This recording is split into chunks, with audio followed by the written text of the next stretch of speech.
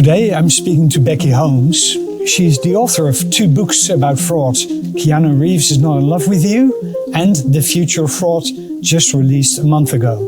I'm eager to learn what she has to say about the state of fraud prevention and how are we as a community and a society tackling it.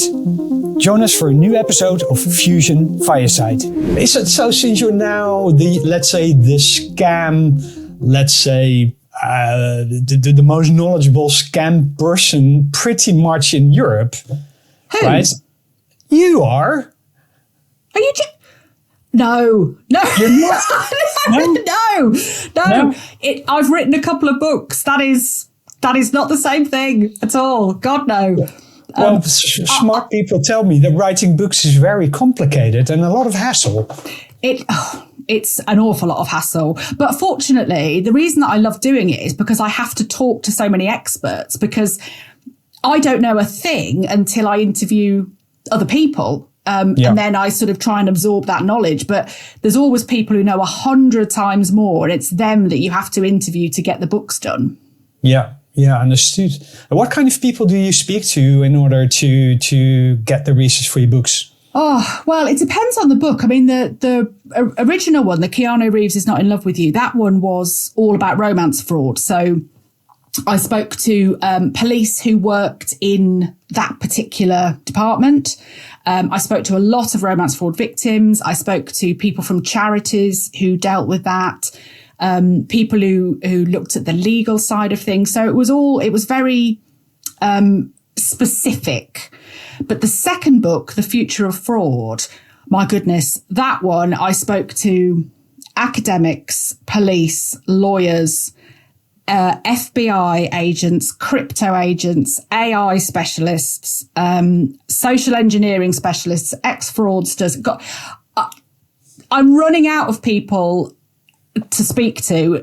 This Future of Fraud book, I think I must have done maybe 60 interviews, and it's a very, very small book.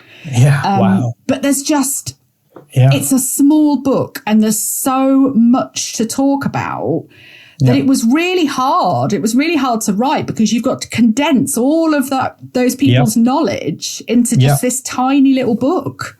Yeah, isn't writing something very concise is always so much harder than just, blabbering and taking your time in your room. It's so easy to say it in 2 pages, but if you want to say it in 1 paragraph, that's the difficult part. Do you know what? That is the thing. My first book, when I handed it in 80,000 words, and the publisher came back and said, "We need this to be 65,000. You've got to cut 15,000 words." And I was like, what? How dare you? And I was so upset and frustrated. And then when I actually did it, I thought, that is actually a much better book. Yes, they were right. They were completely right. They were absolutely right. So when I did the second one, I was very conscious that I had to be extremely concise in what I was saying. Otherwise, it is just sort of dead words, really. But I think it's one of the trickiest things because I'm really verbose. I use a lot of words when I could just use one. It's how I speak, and so it's a tricky thing to get right. Yeah. So you mentioned you even managed to get the fraudsters themselves to participate in the interviews. So did I get that correctly? Well, I spoke to a couple of people who were fraudsters. Right. And have, served time, and they've since kind of come out. And now, in particular, one of them, a chap called Alex Wood, he actually works with various organisations to, I guess, show them the kinks in the system. And there's also another guy, Tony Sales, who does the same thing. He works with people to show exactly how their systems fail in terms of the security. So it's quite interesting. Yeah, cool. So Becky, you didn't start out your life in your career as a fraud expert or as a writer, I imagine. So the reason I'm asking is that a few weeks ago, I saw you deliver a keynote and you explain a little bit about your origins, and I found that very fascinating. So where's all of this coming from? Your fascination with fraud and scams? Yeah, it's been the strangest journey, because all of this came about just purely because I opened a Twitter account during lockdown. And it was opened just so that I didn't have to keep putting the news on, watching Boris Johnson talking. All I wanted to do was kind of communicate with the outside world, see what was going on without putting the telly on. So I joined Twitter, and straight away I had so many soldiers falling in love with me, and they were all very young and very handsome. And I had so many messages all at once that I thought, hang on a minute, all the messages were identical, but from different soldiers. And I thought, this is very peculiar. And I was just blocking them and deleting them. And then when things got even more boring during lockdown, I started responding and being as silly as I could just to see what I could get away with. And it became really interesting really quickly how none of them swayed from their script. It was all about getting money, getting me to feel sorry for them as soon as possible, and getting money from me as soon as possible. And I started sort of having these funny conversations and putting them up on Twitter, and it just became something to laugh at. I didn't think anything about victims or the people behind the scams. I was just having fun with it. But then actual victims of romance fraud started getting in touch with me and saying, this is what happened to me. And I started speaking to more and more of these victims of this fraud. And it became really interesting to me, mainly because when you Google romance fraud, and you look on the media, the way that the media reports romance fraud is awful. Mm-hmm. And there was this real discrepancy between the people I was talking to and the image that the media puts out of these people. So that became really interesting to me as well. And then it just sort of became a project, I suppose, a project which turned into a book. And that's how it started. I had no experience in fraud, nothing in financial crime, nothing in money, anti-money laundering. It was just from messing around on Twitter. That is how all of this started. It's the strange. I'm the only person, I think, that came out of lockdown in a better state than when I went in. Oh, that's incredible. And so that fresh perspective, because fraud has been around like since the dawn of time, really. Yeah. And digital fraud and online fraud, and specifically banking fraud or financial fraud, has been around for as long as the internet is around. Yeah. So you, as coming into this space relatively with fresh eyes, if you will. So what do you think about how the different parties are dealing with the problem, like including, for example, the governments, law enforcement, the banks? What are you seeing? Well, look, I mean, I don't have the answers to this, but I do know that the problem is that nothing is joined up. There is a lot of work going on in all different sectors, but nothing happens together. And we're sort of, so if you look at data sharing, for example, most people would agree that we need to share data in order to get a better picture of fraud. But because of fraud, we don't share data. So it's this really strange kind of catch-22. And I think because fraudsters' tactics, particularly now with AI and crypto and whatever, because fraudsters' tactics, they grow and change and evolve so quickly, we're always struggling to keep up. And I think what I've noticed is that we all get together at conferences and everybody pats each other on the back and says, oh, how great, you've got this new thing, or, whatever.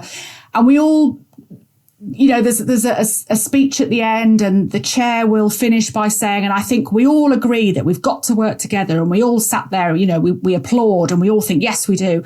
And then we go home and we go back to our office and it doesn't change. And that's what I've seen in this industry. But what I will say is it's no different to any other industry. You know, we seem to, everybody works in silos. I think the most frustrating thing with this that I see, and again, I don't have the answer to this, I wish I did, is that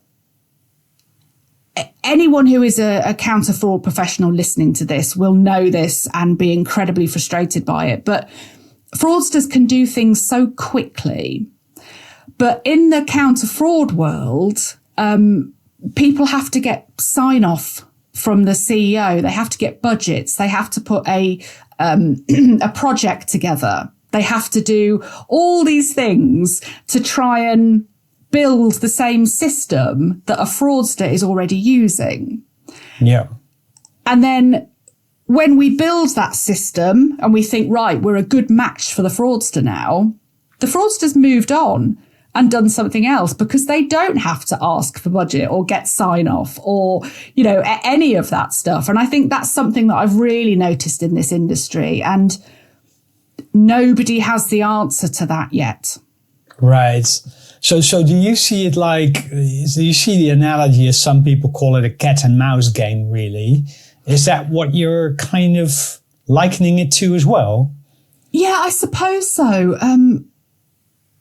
I don't know. I suppose the problem with that analogy is that sometimes the mouse gets away.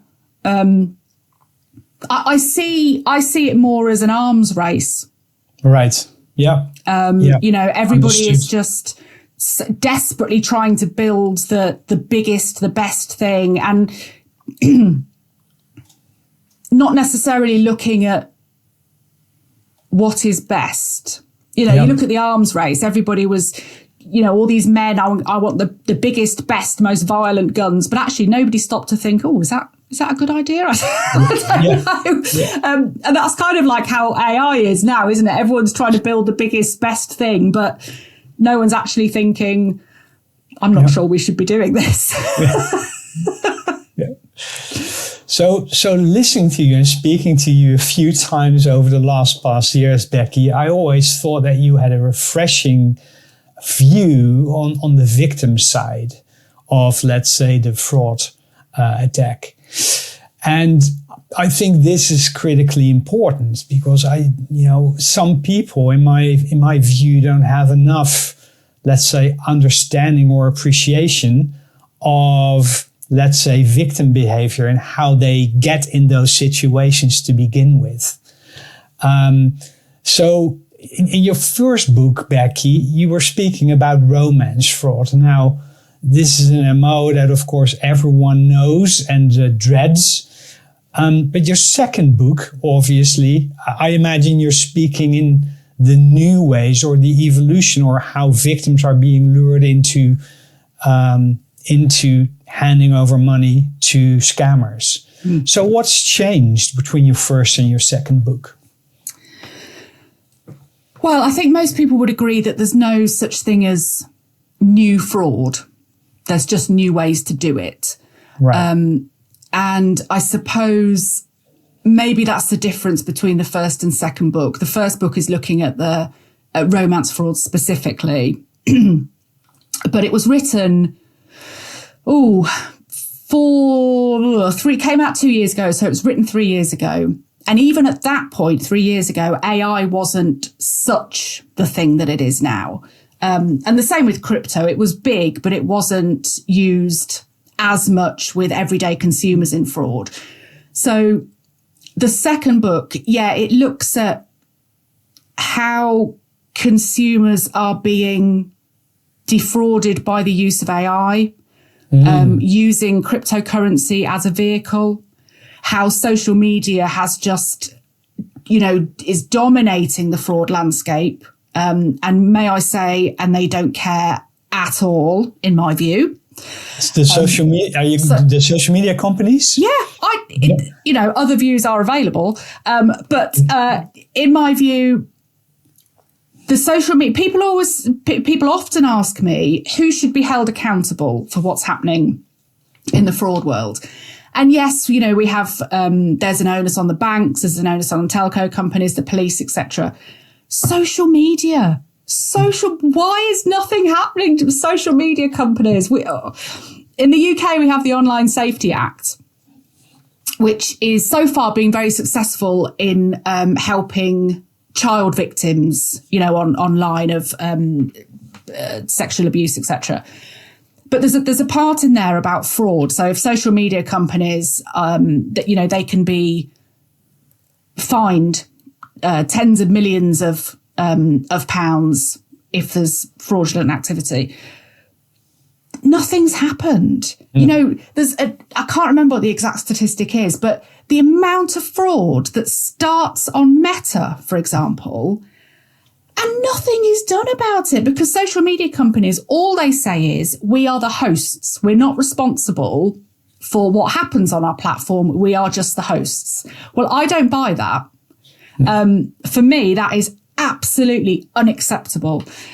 So I've gone off on a complete tangent then. I could moan about social media all day because, you know, this second book, The Future of Fraud, social media is responsible for allowing so much of fraud to take place. If you look at, going back to the first book, if you look at how many romance fraud victims are approached via social media. And in fact, there's more approached now via TikTok, X, Meta, etc., than there are even on dating sites. So, yeah. So there's some big change, some big things have happened between the two books in terms of how victims are approached. And it is really interesting. And I'm with you where there are some incredibly clever people in the counter fraud world. I've never met such big brains. But when people have to spend all day in front of a screen in their office just talking to other fraud colleagues, they don't get to speak to people who are actually affected at the end of the day. Right. Yeah. And I think, you know, that's a real shame. It's a real disconnect. Yeah. It's almost like you need kind of every company needs like a go-between, you know, somebody who does the work in the fraud space, but then someone who actually speaks to people who will hopefully reap the benefits of that work. Yeah. So what kind of misconceptions do you think there are in, let's say, the counter fraud community and the actual victims that you can think of? The human race is brilliant at stereotypes. We love a stereotype. I think it depends on the crime. So if you look at romance fraud, the stereotype is that it's middle-aged women and above, you know, lonely, vulnerable, desperate, etc.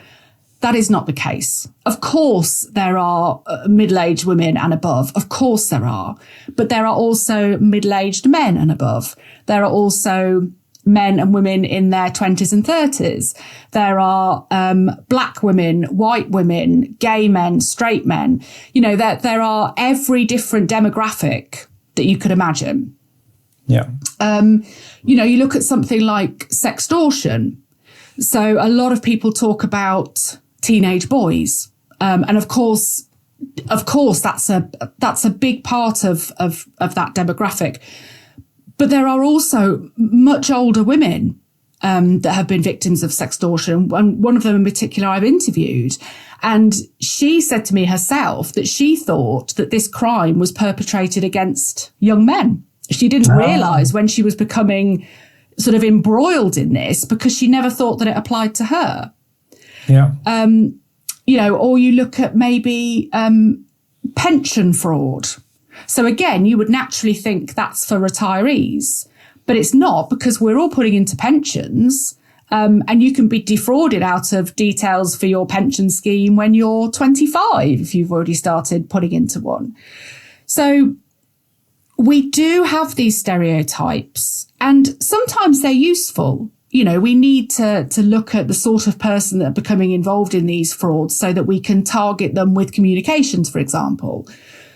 But there are also But they shouldn't become the be all and end all. We shouldn't be excluding some groups because we think that it only applies to others. If you look at romance fraud, I mean, that's sort of my particular interest, so I'll keep going back to it.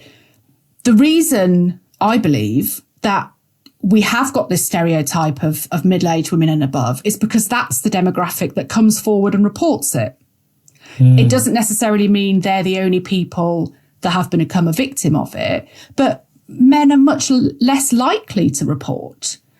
But it still happens. You know, statistically, it's 50-50 men and women.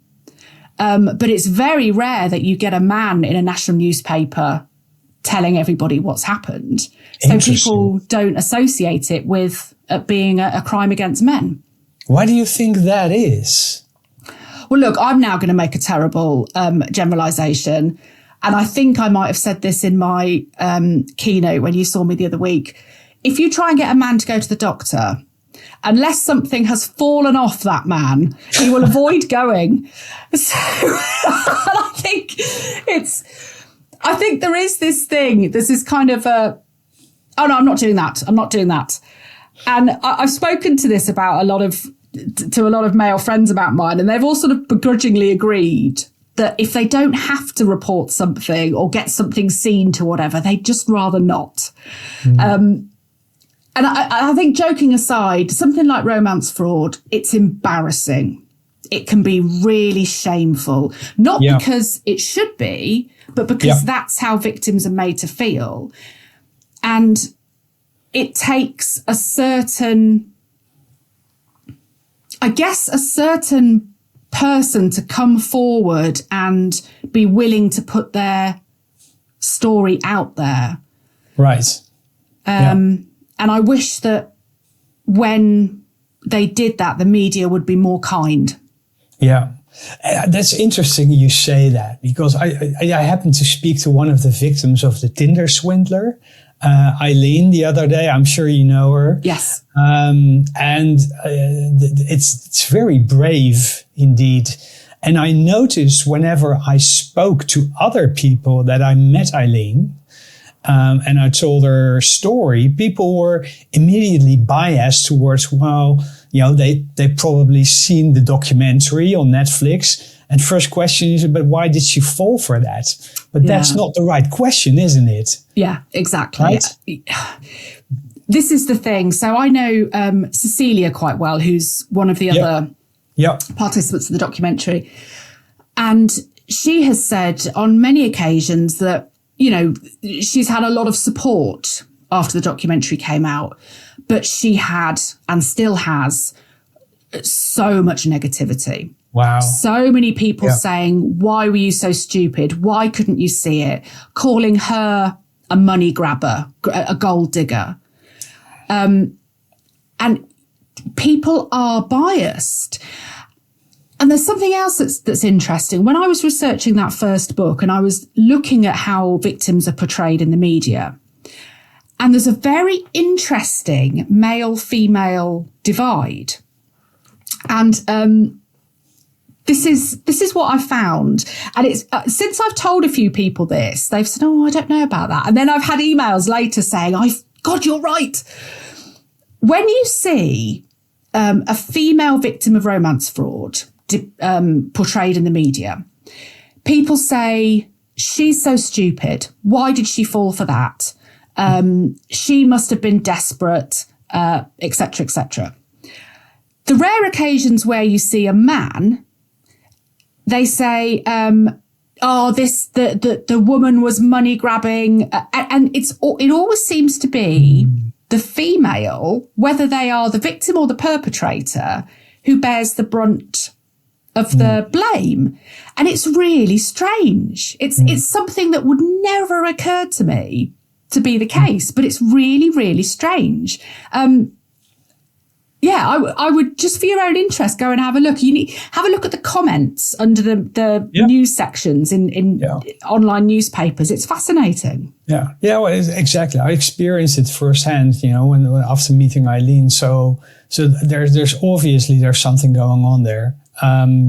So what do you think? You're now working in this space, or you're doing research. You're speaking to many people, more people than a lot of fraud professionals, I imagine. So how do you feel about the space? About what are we doing enough as a society, as fraud prevention operatives? Are we going the wrong way? Are you hopeful?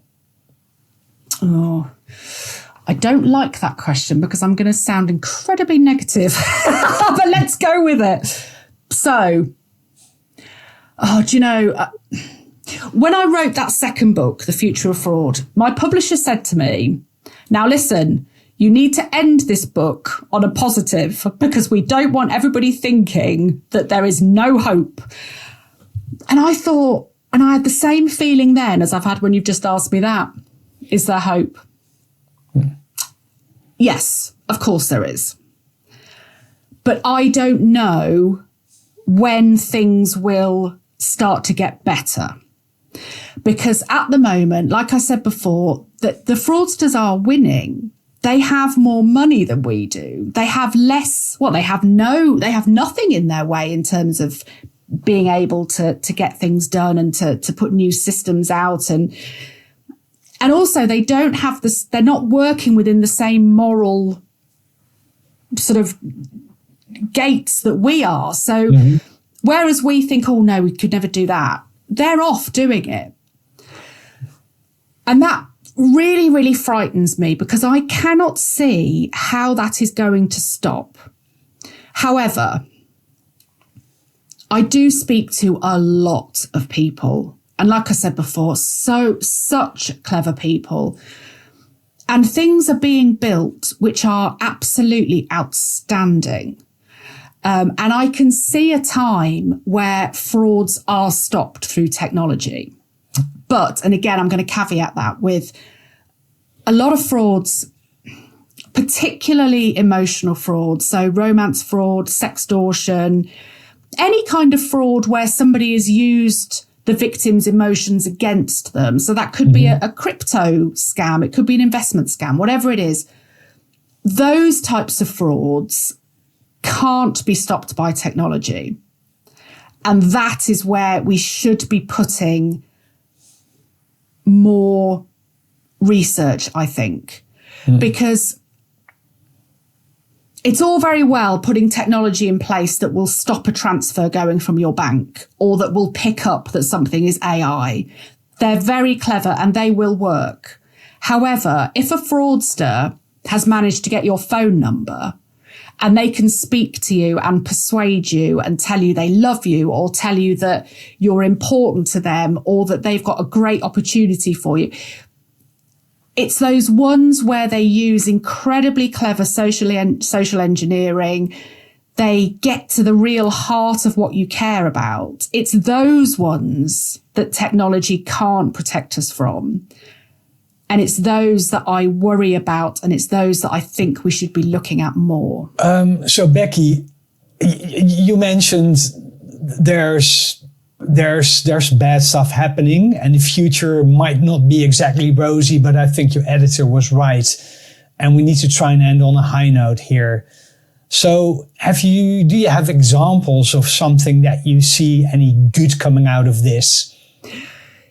There is actually a load of really good stuff that comes out of this. People have to go through a lot if they've been defrauded, financially and emotionally.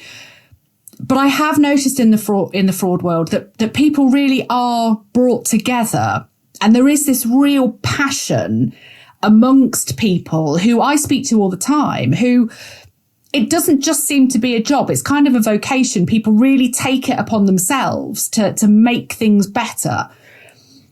And when people have been defrauded themselves or have had a family member or a friend who've been defrauded, that can sometimes also be a huge catalyst for people to make change. And you mentioned the Tinder swindler earlier. A very good friend of mine, a lady called Anna Rowe, has founded, alongside Cecilia Fielhoy from the Tinder swindler, an organisation called Love Said. And it is for victims of romance fraud. It's completely not for profit. Anna, bless her, literally spends her life doing this. I've never known anyone so dedicated. She's up at like 2 a.m. speaking to victims from the other side of the world. And it's this kind of thing where it does ignite a passion in people. And Anna has spoken to thousands, I'm going to say 5,000 or 6,000 victims of romance fraud who previously would have had nowhere to go. So I think there is a thing where, yes, it's horrible. It's revolting that people have had to go through stuff in the first place.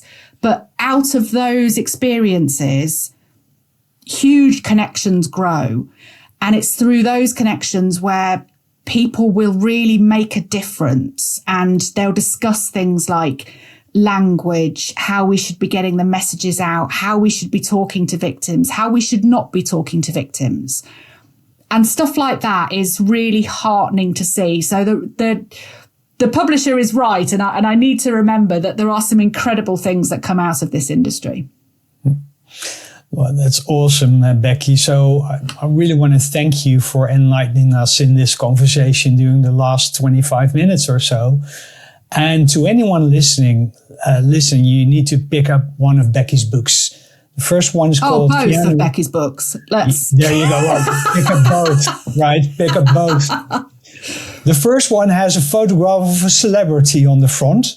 And the second one is very recent. So pick them up both and you'll be the wiser for reading them. And if you have a chance to see Becky somewhere speak on stage, take the opportunity. You will be entertained and also enlightened. So for Fusion Fireside, this was Eva Driehuis.